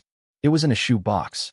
He sat on the bed with it for nearly an hour, looking at it, fascinated by its deadly shine. It was dawn when he put it back in the box and put the box back in the closet. That morning he had called Bruckner, the department head, and told him to please post his classes. He had the flu. Bruckner agreed, with less good grace than was common. Jack Torrance had been extremely susceptible to the flu in the last year. When he made him scrambled eggs and coffee, they ate in silence. The only sound came from the backyard, where Danny was gleefully running his trucks across the sand pile with his good hand. She went to do the dishes. Her back to him, she said, "Jack, I've been thinking." "Have you?" He lit a cigarette with trembling hands. "No hangover this morning, oddly enough. Only the shakes." He blinked. In the instant's darkness, the bike flew up against the windshield, starring the glass. The tires shrieked. The flashlight bobbed. "I want to talk to you about what's best for me and Danny. For you too, maybe. I don't know. We should have talked about it before, I guess." "Would you do something for me?" he asked, looking at the wavering tip of his cigarette. "Would you do me a favor?" "What?" Her voice was dull and neutral. He looked at her back. "Let's talk about it a week from today, if you still want to." Now she turned to him, her hands lacy with suds, her pretty face pale and disillusioned. "Jack, promises don't work with you. You just go right on with." She stopped, looking in his eyes, fascinated, suddenly uncertain. "In a week," he said. His voice had lost all its strength and dropped to a whisper. "Please. I'm not promising anything. If you still want to talk, then we'll talk. About anything you want." They looked across the sunny kitchen at each other for a long time, and when she turned back to the dishes without saying anything more, he began to shudder. God, he needed a drink. Just a little pick-me-up to put things in their true perspective. "Danny said he dreamed you had a car accident," she said abruptly. "He has funny dreams sometimes. He said it this morning, when I got him dressed." "Did you, Jack? Did you have an accident?" "No." By noon the craving for a drink had become a low-grade fever. He went to Al's. "You drought?" Al asked before letting him in. Al looked horrible. Bone dry. "You look like Lon Chaney in Phantom of the Opera. Come on in." They played two-handed whist all afternoon. They didn't drink. A week passed. And Winnie didn't speak much. But he knew she was watching, not believing. He drank coffee black and endless cans of Coca-Cola. One night, he drank a whole six-pack of Coke and then ran into the bathroom and vomited it up. The level of the bottles in the liquor cabinet did not go down. After his classes, he went over to Al Shockley's. She hated Al Shockley worse than she had ever hated anyone. And when he came home, she would swear she smelled scotch or gin on his breath, but he would talk lucidly to her before supper, drink coffee, play with Danny after supper, sharing a Coke with him, read him a bedtime story, then sit and correct themes with cup after cup of black coffee by his hand, and she would have to admit to herself that she had been wrong. Weeks passed, and the unspoken word retreated further from the back of her lips. Jack sensed its retirement, but knew it would never retire completely. Things began to get a little easier. Then George Hatfield. He had lost his temper again, this time stone sober. "Sir, your party still doesn't." "Hello." Al's voice, out of breath. "Go ahead," the operator said dourly. "Al, this is Jack Torrance." "Jackie boy, genuine pleasure. How are you?" "Good. I just called to say thanks. I got the job. It's perfect. If I can't finish that goddamn play snowed in all winter, I'll never finish it." "You'll finish." "How are things?" Jack asked hesitantly. "Dry," Al responded. "You?" "As a bone. Miss it much?" "Every day." Al laughed. "I know that scene. But I don't know how you stayed dry after that Hatfield thing, Jack. That was above and beyond." "I really bitched things up for myself," he said evenly. "Oh hell. I'll have the board around by spring. Effinger's already saying they might have been too hasty. And if that play comes to something." "Yes. Listen, my boy's out in the car, Al. He looks like he might be getting restless." "Sure. Understand. You have a good winter up there, Jack. Glad to help." "Thanks again, Al." He hung up, closed his eyes in the hot booth, and again saw the crashing bike, the bobbing flashlight. There had been a squib in the paper the next day, no more than a space filler really, but the owner had not been named. Why it had been out there in the night would always be a mystery to them, and perhaps that was as it should be. He went back out to the car and gave Danny his slightly melted baby Ruth. "Daddy." "What, Doc?" Danny hesitated, looking at his father's abstracted face. "When I was waiting for you to come back from that hotel, I had a bad dream. Do you remember? When I fell asleep?" But it was no good. Daddy's mind was someplace else, not with him. Thinking about the bad thing again. I dreamed that you hurt me, Daddy. What was the dream, Doc? Nothing, Danny said as they pulled out into the parking lot. He put the maps back into the glove compartment. You sure? Yes. Jack gave his son a faint, troubled glance, and then his mind turned to his playpoint 6. Night thoughts. Love was over, and her man was sleeping beside her. Her man. She smiled a little in the darkness, his seed still trickling with slow warmth from between her slightly parted thighs. And her smile was both rueful and pleased, because the phrase her man summoned up 100 feelings. Each feeling examined alone was a bewilderment.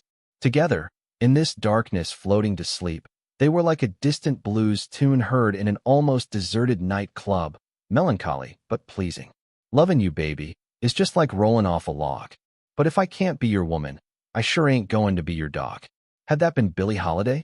Or someone more prosaic like Peggy Lee? Didn't matter.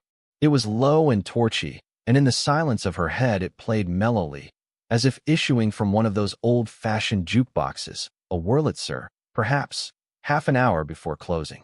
Now, moving away from her consciousness, she wondered how many beds she had slept in with this man beside her. They had met in college and had first made love in his apartment. That had been less than 3 months after her mother drove her from the house, told her never to come back, that if she wanted to go somewhere, she could go to her father since she had been responsible for the divorce. That had been in 1970. So long ago. A semester later they had moved in together, had found jobs for the summer, and had kept the apartment when their senior year began. She remembered that bed the most clearly, a big double that sagged in the middle. When they made love, the rusty box spring had counted the beats. That fall she had finally managed to break from her mother. Jack had helped her. She wants to keep beating you, Jack had said. The more times you phone her, the more times you crawl back begging forgiveness, the more she can beat you with your father. It's good for her, Wendy, because she can go on making believe it was your fault. But it's not good for you. They had talked it over again and again in that bed, that year. Jack sitting up with the covers pulled around his waist, a cigarette burning between his fingers, looking her in the eye. He had a half-humorous, half-scowling way of doing that, telling her. She told you never to come back, right? Never to darken her door again, right? Then why doesn't she hang up the phone when she knows it's you? Why does she only tell you that you can't come in if I'm with you? Because she thinks I might cramp her style a little bit. She wants to keep putting the thumbscrews right to you, baby. You're a fool if you keep letting her do it. She told you never to come back. So why don't you take her at her word? Give it a rest. And at last she'd seen it his way. It had been Jack's idea to separate for a while, to get perspective on the relationship, he said. She had been afraid he had become interested in someone else. Later she found it wasn't so. They were together again in the spring, and he asked her if she had been to see her father. She had jumped as if he'd struck her with a quirt. How did you know that? The shadow knows. Have you been spying on me? And his impatient laughter, which had always made her feel so awkward, as if she were 8, and he was able to see her motivations more clearly than she. You needed time, Wendy. For what? I guess. To see which one of us you wanted to marry. Jack, what are you saying? I think I'm proposing marriage. The wedding. Her father had been there. Her mother had not been. She discovered she could live with that, if she had Jack. Then Danny had come, her fine son. That had been the best year, the best bed. After Danny was born, Jack had gotten her a job typing for half a dozen English department profs. Quizzes, exams, class syllabi, study notes, reading lists. She ended up typing a novel for one of them, a novel that never got published, much to Jack's very irreverent and very private glee. The job was good for 40 a week and skyrocketed all the way up to 60 during the 2 months she spent typing the unsuccessful novel. They had their first car, a 5-year-old Buick with a baby seat in the middle. Bright, upwardly mobile young marrieds. Danny forced a reconciliation between her and her mother, a reconciliation that was always tense and never happy, but a reconciliation all the same. When she took Danny to the house, she went without Jack. And she didn't tell Jack that her mother always remade Danny's diapers, frowned over his formula, could always spot the accusatory first signs of a rash on the baby's bottom or privates. Her mother never said anything overtly, but the message came through anyway. The price she had begun to pay, and maybe always would, for the reconciliation was the feeling that she was an inadequate mother. It was her mother's way of keeping the thumbscrews handy. During the days, Wendy would stay home and housewife, feeding Danny his bottles in the sun-washed kitchen of the four-room second-story apartment, playing her records on the battered portable stereo she had had since high school. Jack would come home at 3 or at 2 if he felt he could cut his last class, and while Danny slept he would lead her into the bedroom and fears of inadequacy would be erased. At night while she typed, he would do his writing and his assignments. In those days, she sometimes came out of the bedroom where the typewriter was to find both of them asleep on the studio couch. Jack wearing nothing but his underpants, Danny sprawled comfortably on her husband's chest with his thumb in his mouth. She would put Danny in his crib, then read whatever Jack had written that night before waking him up enough to come to bed. The best bed, the best year. Sun gonna shine in my backyard someday. In those days, Jack's drinking had still been well in hand. On Saturday nights, a bunch of his fellow students would drop over, and there would be a case of beer and discussions in which she seldom took part because her field had been sociology and his was English. Arguments over whether Pepys's diaries were literature or history, discussions of Charles Olson's poetry, sometimes the reading of works in progress. Those and 100 others. No, 1,000. She felt no real urge to take part. It was enough to sit in her rocking chair beside Jack, who sat cross-legged on the floor, one hand holding a beer, the other gently cupping her calf or braceleting her ankle. The competition at UNH had been fierce, and Jack carried an extra burden in his writing. He put in at least an hour at it every night. It was his routine. The Saturday sessions were necessary therapy.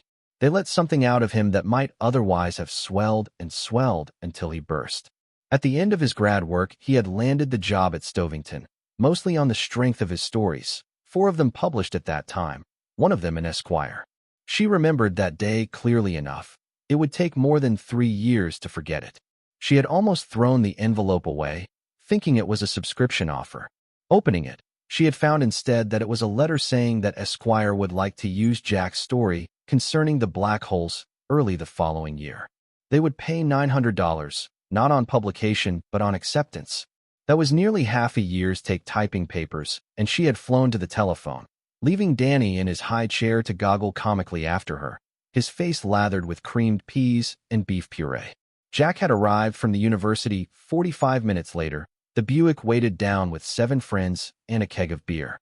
After a ceremonial toast, when he also had a glass, although she ordinarily had no taste for beer, Jack had signed the acceptance letter, put it in the return envelope, and went down the block to drop it in the letterbox. When he came back, he stood gravely in the door and said, "Veni, Vidi, Vici." There were cheers and applause. When the keg was empty at 11 that night, Jack and the only 2 others who were still ambulatory went on to hit a few bars. She had gotten him aside in the downstairs hallway. The other 2 were already out in the car, drunkenly singing the New Hampshire fight song. Jack was down on one knee, olishly fumbling with the lacings of his moccasins. "Jack," she said, "you shouldn't. You can't even tie your shoes, let alone drive." He stood up and put his hands calmly on her shoulders. "Tonight, I could fly to the moon if I wanted to." "No," she said. "Not for all the Esquire stories in the world. I'll be home early." But he hadn't been home until 4 in the morning, stumbling and mumbling his way up the stairs, waking Danny up when he came in. He had tried to soothe the baby and dropped him on the floor. Wendy had rushed out, thinking of what her mother would think if she saw the bruise before she thought of anything else. God help her. God help them both. And then picked Danny up, sat in the rocking chair with him, soothed him. She had been thinking of her mother for most of the 5 hours Jack had been gone, her mother's prophecy that Jack would never come to anything. Big ideas, her mother had said. Sure, the welfare lines are full of educated fools with big ideas. Did the Esquire story make her mother wrong or right? "Winifred, you're not holding that baby right. Give him to me." And was she not holding her husband right? Why else would he take his joy out of the house? A helpless kind of terror had risen up in her, and it never occurred to her that he had gone out for reasons that had nothing to do with her. "Congratulations," she said, rocking Danny. He was almost asleep again. "Maybe you gave him a concussion. It's just a bruise." He sounded sulky, wanting to be repentant, a little boy. For an instant she hated him. "Maybe," she said tightly. "Maybe not." She heard so much of her mother talking to her departed father in her own voice that she was sickened and afraid. "Like mother, like daughter," Jack muttered. "Go to bed," she cried, her fear coming out sounding like anger. "Go to bed, You're drunk. Don't tell me what to do. Jack, please, we shouldn't. There were no words. Don't tell me what to do, he repeated sullenly, and then went into the bedroom. She was left alone in the rocking chair with Danny, who was sleeping again. 5 minutes later, Jack's snores came floating out to the living room. That had been the first night she had slept on the couch. Now she turned restlessly on the bed, already dozing. Her mind, freed of any linear order by encroaching sleep, floated past the first year at Stovington, past the steadily worsening times that had reached low ebb when her husband had broken Danny's arm, to that morning in the breakfast nook. Danny outside playing trucks in the sandpile, his arm still in the cast. Jack sitting at the table, pallid and grizzled, a cigarette jittering between his fingers. She had decided to ask him for a divorce. She had pondered the question from 100 different angles, had been pondering it in fact for the 6 months before the broken arm. She told herself she would have made the decision long ago if it hadn't been for Danny, but not even that was necessarily true. She dreamed on the long nights when Jack was out, and her dreams were always of her mother's face and of her own wedding. Who giveth this woman? Her father standing in his best suit, which was none too good. He was a traveling salesman for a line of canned goods that even then was going broke, and his tired face, how old he looked, how pale. I do. Even after the accident, if you could call it an accident, she had not been able to bring it all the way out, to admit that her marriage was a lopsided defeat. She had waited, dumbly hoping that a miracle would occur and Jack would see what was happening, not only to him but to her. But there had been no slowdown. A drink before going off to the academy. 2 or 3 beers with lunch at the Stovington house. 3 or 4 martinis before dinner. 5 or 6 more while grading papers. The weekends were worse. The nights out with Al Shockley were worse still. She had never dreamed there could be so much pain in a life when there was nothing physically wrong. She heard all the time. How much of it was her fault? That question haunted her. She felt like her mother, like her father. Sometimes, when she felt like herself, she wondered what it would be like for Danny, and she dreaded the day when he grew old enough to lay blame. And she wondered where they would go. She had no doubt her mother would take her in, and no doubt that after half a year of watching her diapers remade, Danny's meals recouped and her redistributed, of coming home to find his clothes changed or his hair cut, or the books her mother found unsuitable spirited away to some limbo in the attic. After half a year of that, she would have a complete nervous breakdown, and her mother would pat her hand and say comfortingly, "Although it's not your fault, it's all your own fault. You were never ready. You showed your true colors when you came between your father and me." My father, Danny's father. Mine his. Who giveth this woman? I do. Dead of a heart attack 6 months later. The night before that morning she had lain awake almost until he came in, thinking, coming to her decision. The divorce was necessary, she told herself. Her mother and father didn't belong in the decision. Neither did her feelings of guilt over their marriage, nor her feelings of inadequacy over her own. It was necessary for her son's sake, and for herself, if she was to salvage anything at all from her early adulthood. The handwriting on the wall was brutal but clear. Her husband was a lush. He had a bad temper, one he could no longer keep wholly under control now that he was drinking so heavily and his writing was going so badly. Accidentally or not accidentally, he had broken Danny's arm. He was going to lose his job, if not this year then the year after. Already she had noticed the sympathetic looks from the other faculty wives. She told herself that she had stuck with the messy job of her marriage for as long as she could. Now she would have to leave it. Jack could have full visitation rights, and she would want support from him only until she could find something and get on her feet. And that would have to be fairly rapidly, because she didn't know how long Jack would be able to pay support money. She would do it with as little bitterness as possible, but it had to end. So thinking, she had fallen off into her own thin and unrestful sleep, haunted by the faces of her own mother and father. "You're nothing but a home wrecker," her mother said. "Who giveth this woman?" the minister said. "I do," her father said. But in the bright and sunny morning, she felt the same. Her back to him, her hands plunged in warm dishwater up to the wrists, she had commenced with the unpleasantness. "I want to talk to you about something that might be best for Danny and I. For you too, maybe. We should have talked about it before, I guess." And then he had said an odd thing. She had expected to discover his anger, to provoke the bitterness, the recriminations. She had expected a mad dash for the liquor cabinet. But not this soft, almost toneless reply that was so unlike him. It was almost as though the Jack she had lived with for 6 years had never come back last night, as if he had been replaced by some unearthly doppelganger that she would never know or be quite sure of. Would you do something for me? A favor? What? She had to discipline her voice strictly to keep it from trembling. Let's talk about it in a week, if you still want to. And she had agreed. It remained unspoken between them. During that week, he had seen Al Shockley more than ever, but he came home early and there was no liquor on his breath. She imagined she smelled it, but knew it wasn't so. Another week. And another. Divorce went back to committee, unvoted on. What had happened? She still wondered and still had not the slightest idea. The subject was taboo between them. He was like a man who had leaned around a corner and had seen an unexpected monster lying in wait, crouching among the dried bones of its old kills. The liquor remained in the cabinet, but he didn't touch it. She had considered throwing them out a dozen times, but in the end always backed away from the idea, as if some unknown charm would be broken by the act. And there was Danny's part in it to consider. If she felt she didn't know her husband, then she was in awe of her child, awe in the strict meaning of that word, a kind of undefined superstitious dread.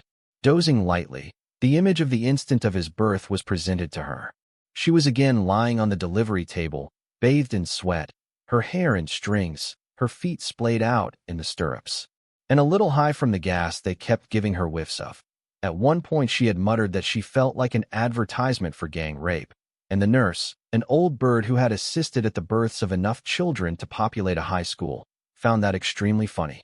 The doctor between her legs, the nurse off to one side, arranging instruments and humming. The sharp, glassy pains had been coming at steadily shortening intervals, and several times she had screamed in spite of her shame. Then the doctor told her quite sternly that she must push, and she did, and then she felt something being taken from her. It was a clear and distinct feeling, one she would never forget, the thing taken. Then the doctor held her son up by the legs. She had seen his tiny sex and known he was a boy immediately. And as the doctor groped for the air mask, she had seen something else, something so horrible that she found the strength to scream again after she had thought all screams were used up. He has no face. But of course there had been a face, Danny's own sweet face, and the caul that had covered it at birth now resided in a small jar which she had kept, almost shamefully. She did not hold with old superstition, but she had kept the caul nevertheless. She did not hold with wives' tales, but the boy had been unusual from the first. She did not believe in second sight, but, did Daddy have an accident? I dreamed Daddy had an accident. Something had changed him. She didn't believe it was just her getting ready to ask for a divorce that had done it. Something had happened before that morning. Something that had happened while she slept uneasily. Al Shockley said that nothing had happened, nothing at all, but he had averted his eyes when he said it. And if you believed faculty gossip, Al had also climbed aboard the fabled wagon. Did Daddy have an accident? Maybe a chance collision with fate. Surely nothing much more concrete. She had read that day's paper and the next day's with a closer eye than usual, but she saw nothing she could connect with Jack. God help her. She had been looking for a hit-and-run accident or a barroom brawl that had resulted in serious injuries, or, who knew, who wanted to. But no policeman came to call, either to ask questions or with a warrant empowering him to take paint scrapings from the VW's bumpers. Nothing. Only her husband's 180-degree change and her son's sleepy question on waking. Did Daddy have an accident? I dreamed. She had stuck with Jack more for Danny's sake than she would admit in her waking hours. But now, sleeping lightly, she could admit it. Danny had been Jack's for the asking, almost from the first. Just as she had been her father's, almost from the first. She couldn't remember Danny ever spitting a bottle back on Jack's shirt. Jack could get him to eat after she had given up in disgust, even when Danny was teething, and it gave him visible pain to chew. When Danny had a stomachache, she would rock him for an hour before he began to quiet. Jack had only to pick him up, walk twice around the room with him, and Danny would be asleep on Jack's shoulder, his thumb securely corked in his mouth. He hadn't minded changing diapers, even those he called the special deliveries. He sat with Danny for hours on end, bouncing him on his lap, playing finger games with him, making faces at him while Danny poked at his nose and then collapsed with the giggles. He made formulas and administered them faultlessly, getting up every last burp afterward. He would take Danny with him in the car to get the paper or a bottle of milk or nails at the hardware store, even when their son was still an infant. He had taken Danny to a Stovington Keen soccer match when Danny was only 6 months old, and Danny had sat motionlessly on his father's lap through the whole game, wrapped in a blanket, a small Stovington pennant clutched in one chubby fist. He loved his mother, but he was his father's boy. And hadn't she felt, time and time again, her son's wordless opposition to the whole idea of divorce? She would be thinking about it in the kitchen, turning it over in her mind as she turned the potatoes for supper over in her hands for the peeler's blade. And she would turn around to see him sitting cross-legged in a kitchen chair, looking at her with eyes that seemed both frightened and accusatory. Walking with him in the park, he would suddenly seize both her hands and say, almost demand, "Do you love me? Do you love Daddy?" And, confused, she would nod or say, "Of course I do, honey." Then he would run to the duck pond, sending them squawking and scared to the other end, flapping their wings in a panic before the small ferocity of his charge, leaving her to stare after him and wonder. There were even times when it seemed that her determination to at least discuss the matter with Jack dissolved, not out of her own weakness, but under the determination of her son's will. I don't believe such things. But in sleep, she did believe them. And in sleep, with her husband's seeds still drying on her thighs, she felt that the three of them had been permanently welded together, that if their three/oneness was to be destroyed, it would not be destroyed by any of them but from outside. Most of what she believed centered around her love for Jack. She had never stopped loving him, except maybe for that dark period immediately following Danny's accident. And she loved her son. Most of all, she loved them together, walking or riding or only sitting. Jack's large head and Danny's small one poised alertly over the fans of old maid hands, sharing a bottle of Coke, looking at the funnies. She loved having them with her, and she hoped to dear God that this hotel caretaking job Al had gotten for Jack would be the beginning of good times again. And the wind gonna rise up, baby, and blow my blues away. Soft and sweet and mellow, the song came back and lingered, following her down into a deeper sleep where thought ceased and the faces that came in dreams went unremembered. 7. In another bedroom, Danny awoke with the booming still loud in his ears and the drunk, savagely pettish voice crying hoarsely, "Come out here and take your medicine. I'll find you. I'll find you." But now the booming was only his racing heart, and the only voice in the night was the faraway sound of a police siren. He lay in bed motionlessly, looking up at the wind-stirred shadows of the leaves on his bedroom ceiling. They twined sinuously together, making shapes like the vines and creepers in a jungle, like patterns woven into the nap of a thick carpet. He was clad in Dr. Denim pajamas, but between the pajama suit and his skin he had grown a more closely fitting singlet of perspiration. "Tony," he whispered. "You there?" No answer. He slipped out of bed and padded silently across to the window and looked out on Arapahoe Street, now still and silent. It was 2 in the morning. There was nothing out there but empty sidewalks drifted with fallen leaves, parked cars, and the long-necked streetlight on the corner across from the Cliff Bryce gas station. With its hooded top and motionless stance, the streetlight looked like a monster in a space show. He looked up the street both ways, straining his eyes for Tony's slight, beckoning form, but there was no one there. The wind sighed through the trees, and the fallen leaves rattled up the deserted walks and around the hubcaps of parked cars. It was a faint and sorrowful sound, and the boy thought that he might be the only one in Boulder awake enough to hear it. The only human being, at least. There was no way of knowing what else might be out in the night, slinking hungrily through the shadows, watching and scenting the breeze. "I'll find you. I'll find you. Tony," he whispered again, but without much hope. Only the wind spoke back, gusting more strongly this time, scattering leaves across the sloping roof below his window. Some of them slipped into the rain gutter and came to rest there like tired dancers. "Danny, Danny." He started at the sound of that familiar voice and craned out the window, his small hands on the sill. With the sound of Tony's voice the whole night seemed to have come silently and secretly alive, whispering even when the wind quieted again and the leaves were still and the shadows had stopped moving. He thought he saw a darker shadow standing by the bus stop a block down, but it was hard to tell if it was a real thing or an eye trick. "Don't go, Danny." Then the wind gusted again, making him squint, and the shadow by the bus stop was gone, if it had ever been there at all. He stood by his window for a minute, an hour, some time longer, but there was no more. At last he crept back into his bed and pulled the blankets up and watched the shadows thrown by the alien streetlight turn into a sinuous jungle filled with flesh-eating plants that wanted only to slip around him, squeeze the life out of him, and drag him down into a blackness where one sinister word flashed in red.